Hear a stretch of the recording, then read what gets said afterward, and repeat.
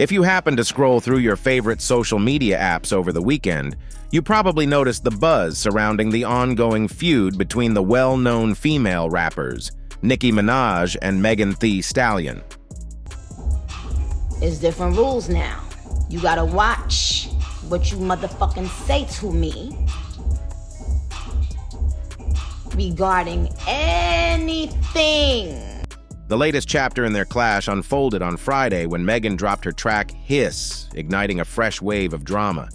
But the roots of this feud go way back and are as intricate as a gripping novel, featuring mysterious Instagram posts from Megan and a multi-day public spectacle from Minaj, drawing comparisons to that memorable SpongeBob SquarePants episode where the main character experiences a momentary breakdown. Me. You wanna diss me? Diss me. You commenting girl, and now your dumb ass blacked.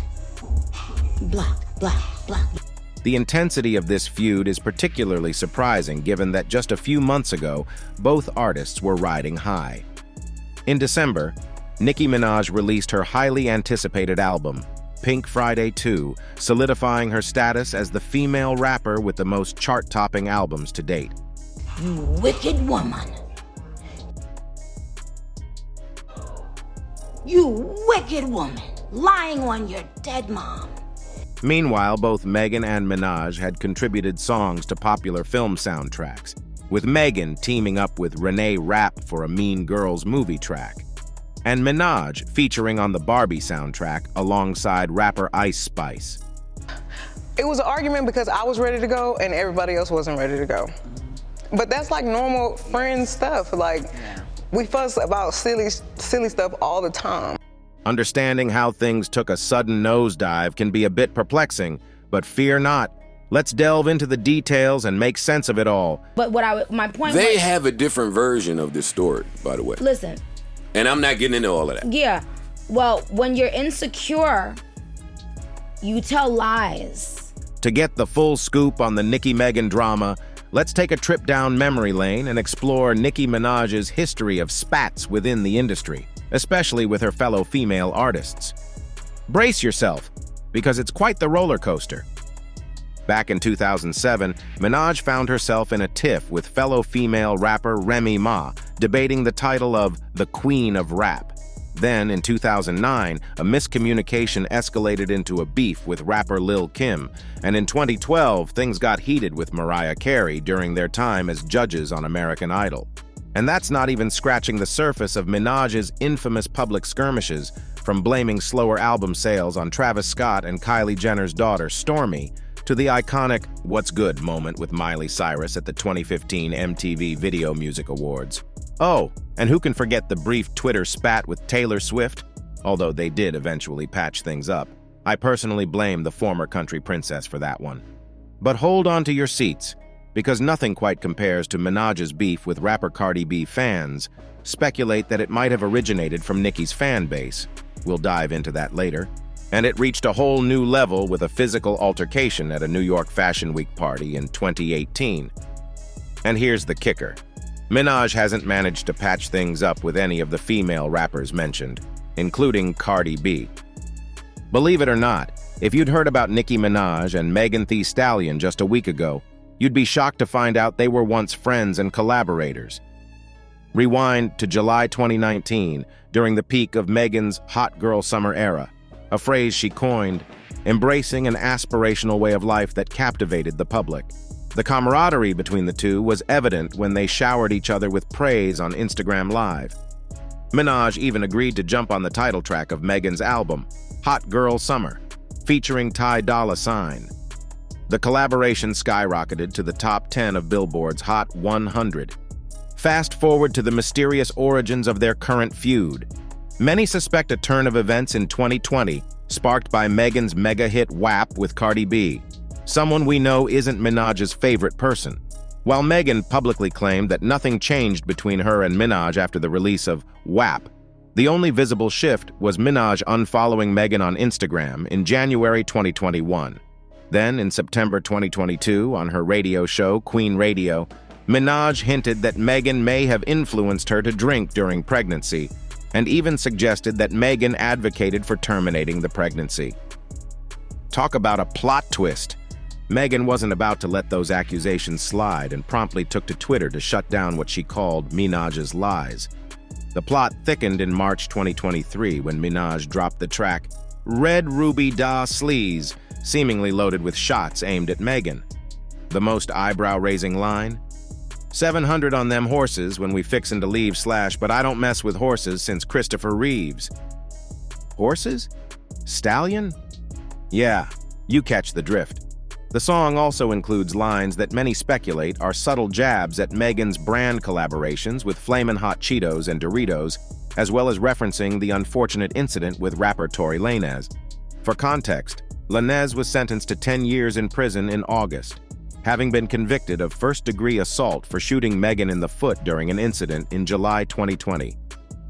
Now, take a moment, grab a breath, use the bathroom, maybe do a quick stretch, because we're officially up to speed, but only on events leading up to this past weekend.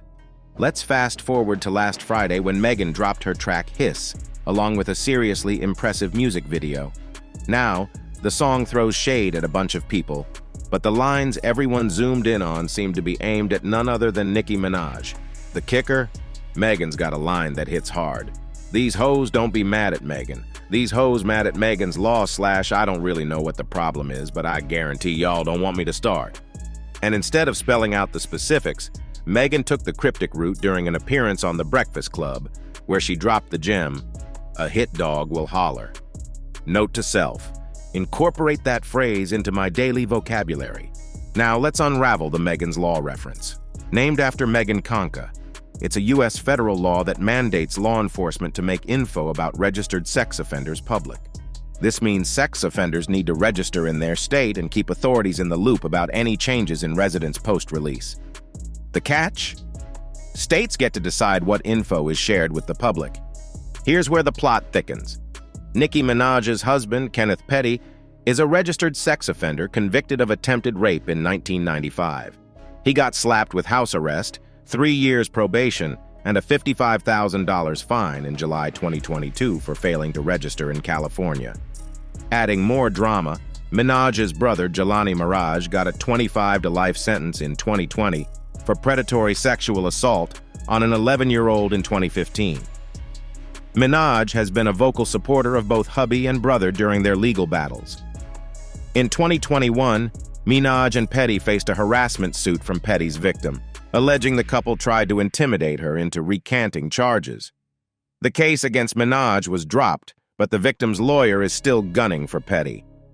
The release of Hiss triggered a full-blown social media meltdown from Minaj that lasted a whopping 72 hours straight.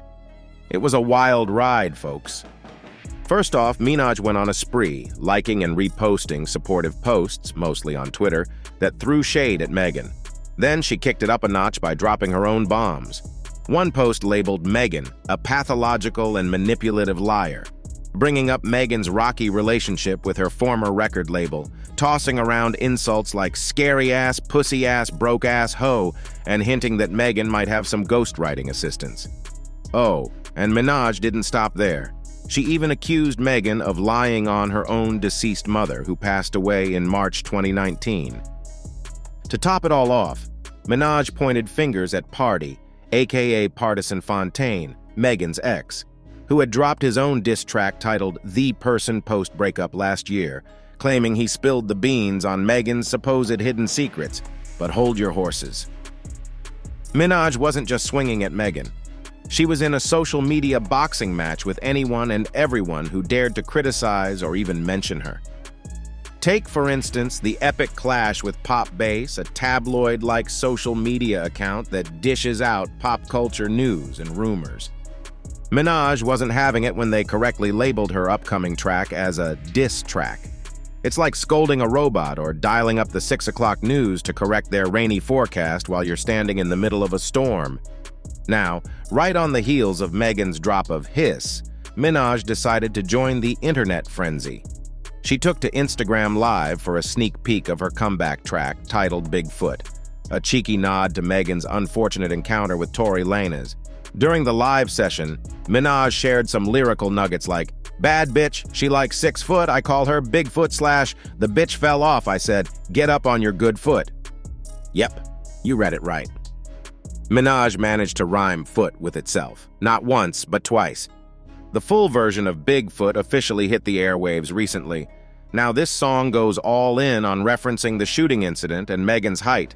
A bit of an odd dig, considering she already goes by the title Stallion. Adding fuel to the fire, the track echoes the line, lying on your dead mama. A head-scratcher, to say the least. Hold on to your hats because Bigfoot made Apple Music history, smashing records for the biggest debut by a female rapper on the platform. As it climbed the charts, it secured the number 2 spot. Currently, Hiss and Bigfoot are reigning supreme at the number 1 and number 2 spots on the US Apple Music charts. On the flip side, Megan has managed to keep her cool amidst the chaos. She's pulled out a classic move in the celebrity beef playbook, the cryptic subposts on Instagram. Megan, known for her love of anime, shared a still of red flowers on her Instagram stories. Anime enthusiasts, especially those familiar with Tokyo Ghoul, recognize the symbolism. In the show, these red flowers represent not just death, but a profound transformation from a victimized self to an unstoppable force reborn. Now, while Black Twitter had a field day with memes about Minaj's social media roller coaster and the duo's showdown, the general public appears to be leaning towards Team Megan. TikToker Bella Delgado even posted a video serving some major tea by expressing disappointment in Minaj's behavior and calling her out for deflecting from the fact that her husband is a convicted sexual predator. Ouch. But wait, there's more. Social media didn't just criticize Minaj's actions. They also turned their attention to her response track. Many felt it fell short in quality, with some even dubbing it Susian. On top of that, critiques rolled in about the lack of tact, including from the hosts of The Breakfast Club, a radio show known for its controversial tendencies within the Black community.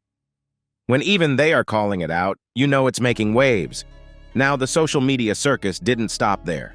While some criticized Minaj's actions, others took aim at her response track, deeming it lacking in quality and even labeling it as Susian. The hosts of The Breakfast Club, known for stirring controversy within the Black community, also pointed out the lack of tact. Let's talk about the elephant in the room, the Barbs. Known for their fervent support, they usually have a less than friendly approach to those who dare to criticize their queen. The Barbs have a history of intimidating, doxing, harassing, and threatening anyone speaking even slightly negatively about Minaj.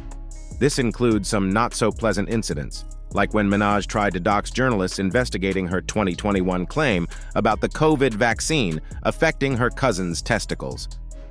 Minaj has been inconsistent in addressing this behavior, sometimes staying silent and other times encouraging the Barbs to take matters into their own hands.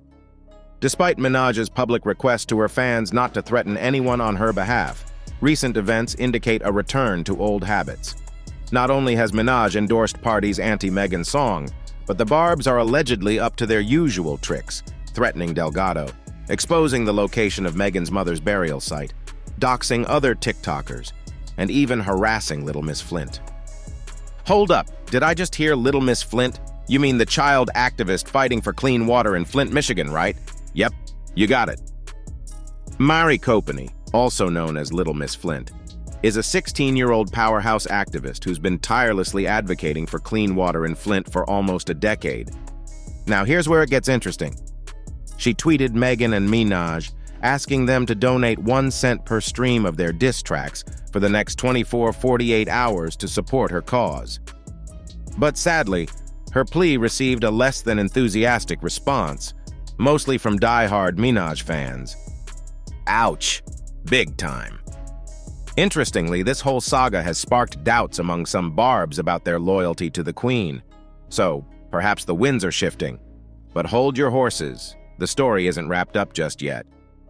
According to TMZ, Megan Kanka's father, Richard Kanka, wasn't pleased with Megan Thee Stallion's use of Megan's Law, feeling it disrespected his late daughter and the struggles his family faced after her death. Megan hasn't responded to that report. Despite the entertaining twists, let's be real, this whole situation is a bummer. While rap beef is a part of the culture, it hits differently when rappers start bringing up deceased relatives.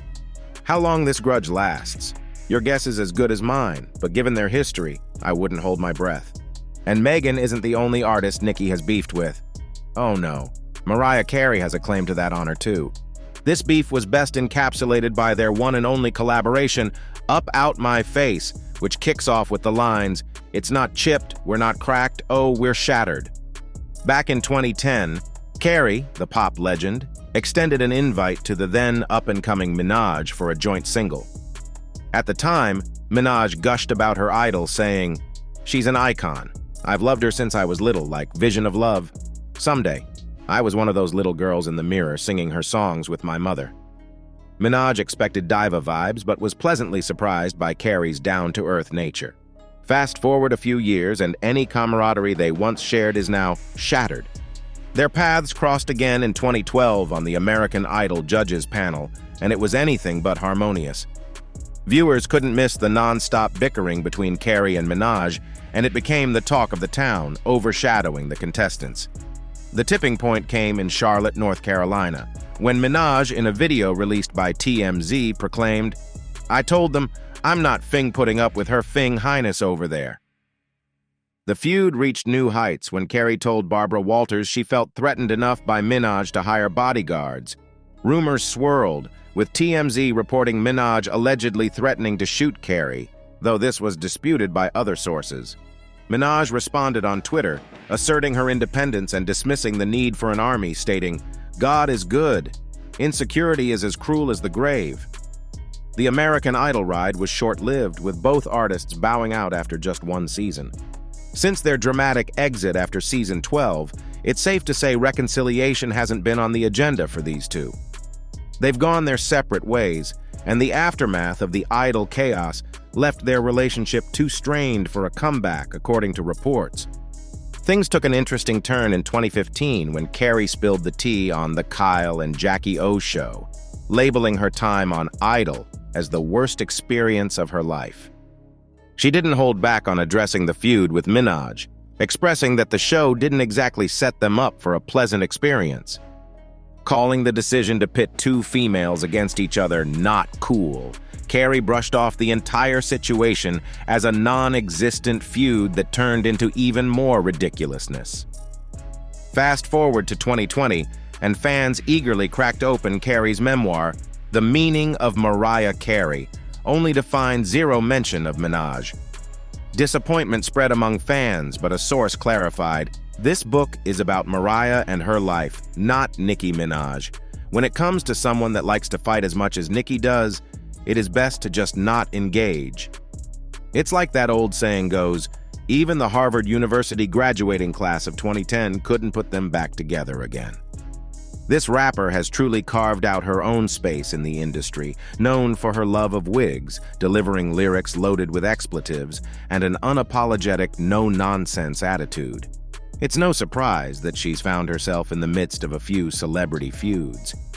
The rapper behind Barbie Dreams has clashed with big names like Miley Cyrus and Taylor Swift, just to name a couple.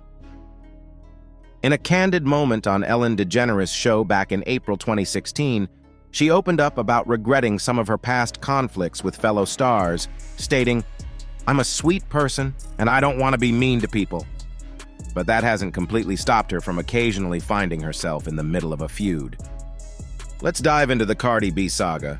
The first signs of tension between them surfaced in the spring of 2017 when the rapper seemed to like a fan's Instagram comment dismissing one of Cardi B's rap verses. The heat turned up the following summer as Cardi's Bodak Yellow dominated the charts, and she inked a deal with Atlantic Records. Rumors of a feud continued to swirl as both artists lent their voices to various singles that could be interpreted as throwing shade at each other. However, they both vehemently denied any bad blood. Cardi even told Billboard in August 2017, I don't really want problems with anybody.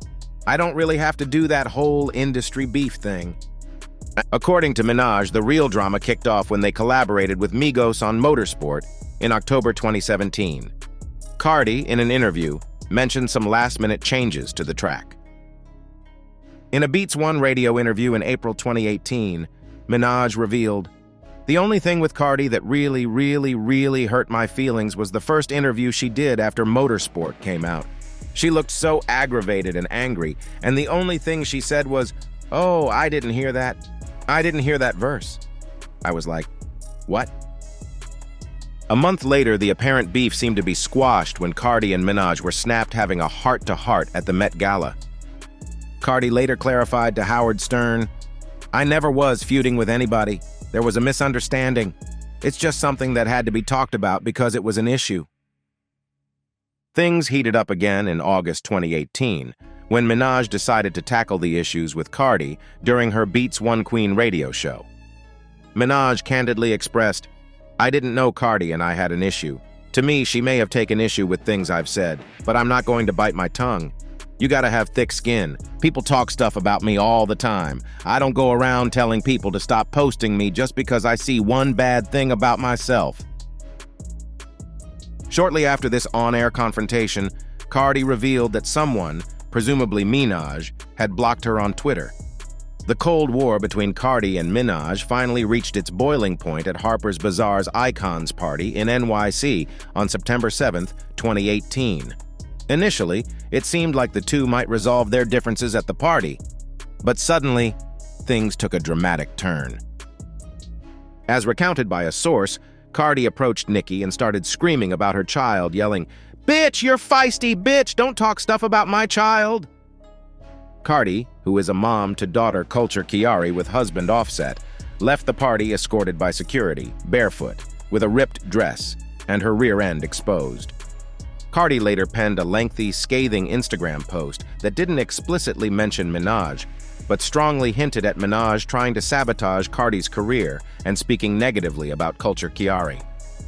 On September 10, 2018, Minaj addressed the altercation on her Queen radio show, expressing the humiliation of the incident in front of high-profile individuals.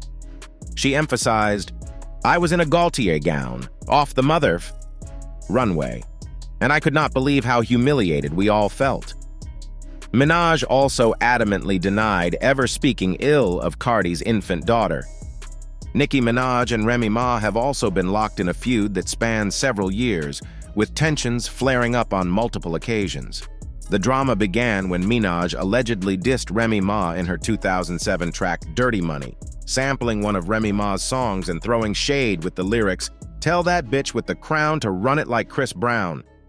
However, things escalated significantly in February 2017 when Remy Ma dropped Shether, a scathing 7-minute diss track accusing Minaj of various offenses, from infidelity to undergoing plastic surgery. The diss track went viral, igniting a firestorm on the internet and making waves on the charts.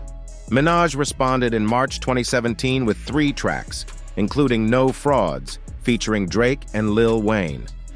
On the track, Minaj called out Remy Ma's unsuccessful follow-up single, Another One, and questioned her authenticity, referencing the ghostwriting controversy. In a now-deleted Instagram post, Minaj defended her delayed response, stating, "The greats took 3 months to respond to diss records. Queens don't move on peasant time." She then challenged Remy Ma to drop a hit within 72 hours without mentioning the Queen's name, offering $500,000 if she succeeded. Despite a temporary lull in the feud, both rappers reignited the fire during separate performances in June 2017. Remy Ma took a shot at Minaj at the BET Awards, suggesting she and others had gotten fat while Remy Ma starved. Meanwhile, Minaj, during a collaboration performance with 2 Chainz at the NBA Awards, asserted her dominance with the lyrics, "You dude wrote an Ether record, but I broke Aretha record." The Taylor Swift and Nicki Minaj saga also kicked off with a tweet that set social media abuzz. The rapper voiced her disappointment about not being nominated for Video of the Year at the 2015 MTV Video Music Awards, which seemed to touch on Swift's nomination. Swift, the lone female nominee in that category, responded to Minaj's tweet, accusing her of fostering a sense of competition among women. Minaj clarified that her comments weren't directed at Swift specifically. Eventually, Swift called for a truce, inviting Minaj to join her on stage if she won the award, which she did. In a follow-up tweet, Swift apologized to Minaj, acknowledging that she missed the point of the rapper's initial tweets. The tension seemingly dissolved when Swift and Minaj shared the VMA stage in a show-stopping performance. A potential flare-up occurred in 2017 when Minaj featured on Katy Perry's Swish Swish, reigniting memories of Perry's past feud with Swift. Minaj then tweeted, "And sit down, be humble," on the day Swift released "Look What You Made Me Do." Despite fans speculating about it being aimed at Swift, nothing significant transpired. By October 2022, any remnants of the feud were ancient history. Minaj took to Twitter to congratulate Swift on breaking Spotify's record for the most streamed album in a single day with the release of Midnights. It seemed the hatchet was buried, marking the end of the Taylor Swift-Nicki Minaj chapter. In a classic Nicki Minaj fashion, she didn't shy away from confrontation, especially when Miley Cyrus entered the picture at the 2015 VMAs. The Wrecking Ball singer had called Minaj not too kind in an interview with the New York Times, prompting Minaj to address the matter head-on during the award show, where Cyrus was hosting. Taking the stage to accept the award for Best Hip-Hop Video, Minaj boldly declared, "Now back to this bee that had a lot to say about me the other day in the press. Miley, what's good?" It was later suggested that Minaj might have been joking. Cyrus swiftly tried to explain herself, stating, "We all do interviews, and we all know how they manipulate." However, the feud lingered, with Minaj addressing the issue in her cover story for the New York Times Magazine's Culture issue that October. Minaj pointed out the apparent contradiction in Cyrus's actions, noting, "You're in videos with black men, and you're bringing out black women on your stages, but you don't want to know how black women feel about something that's so important?" Fast forward to May 2019, and Cyrus dropped the song Catitude, featuring the lyric, "I love you, Nicki, but I listen to Cardi," a clear nod to the ongoing Minaj-Cardi feud. Minaj didn't let Cyrus off the hook, responding by saying, "A Purdue chicken can never talk **** about Queens," dismissing Cyrus's attempt for attention. She emphasized that Cyrus had disrespected her in a magazine article for no apparent reason, and the drama continued. In general, Nicki has earned herself quite a problematic reputation. Nicki Minaj has undeniably left a significant mark on the music scene, championing women in hip-hop and breaking barriers for black women in the industry over the past decade. With a string of awards and her old hits enjoying a resurgence on TikTok, she's cultivated a dedicated fan base known as the Barbs. However, beneath the admiration for her music and style lies a fair share of controversy and problematic behavior that often goes overlooked. In the wake of her latest single, it's crucial to shed light on instances of Minaj's past and present actions that can be deemed as racist. In 2018, Minaj released Chun-Li, a song named after a character from Street Fighter II. The accompanying music video stirred controversy for its sexualization and stereotyping of East Asian women and culture. Featuring gong sounds and offensive attire, Minaj donned chopsticks through double hair buns, while those around her wore conical rice hats, perpetuating harmful stereotypes. Despite the defense that Chun-Li is a character, Minaj's portrayal as a racist caricature cannot be dismissed. Her appropriation of Asian culture is not a one-time occurrence. Her alter ego Harajuku Barbie, inspired by Tokyo's district, raises similar concerns. In a 2017 H&M holiday clothing collection, Minaj capitalized on Japanese culture by incorporating cherry blossom and paper fan imagery while using Japanese kanji for branding. This goes beyond appreciation and borders on exploitation, contradicting her calls for fair representation in high-end fashion. In another instance, Minaj faced backlash in 2017 for posting a cartoon depicting herself in the style of Disney's Pocahontas engaged in a sexual act. Considering Pocahontas' history as a child victim of sexual violence, the cartoon is not only disturbing, but also tone-deaf. Despite criticism, Minaj's actions often escape consequences, raising questions about accountability. While some may dismiss these incidents as past mistakes, it's crucial to acknowledge that Minaj continues to reinforce racist stereotypes to this day, underscoring the importance of holding public figures accountable for their actions. That's all for the video, folks. Thanks for watching.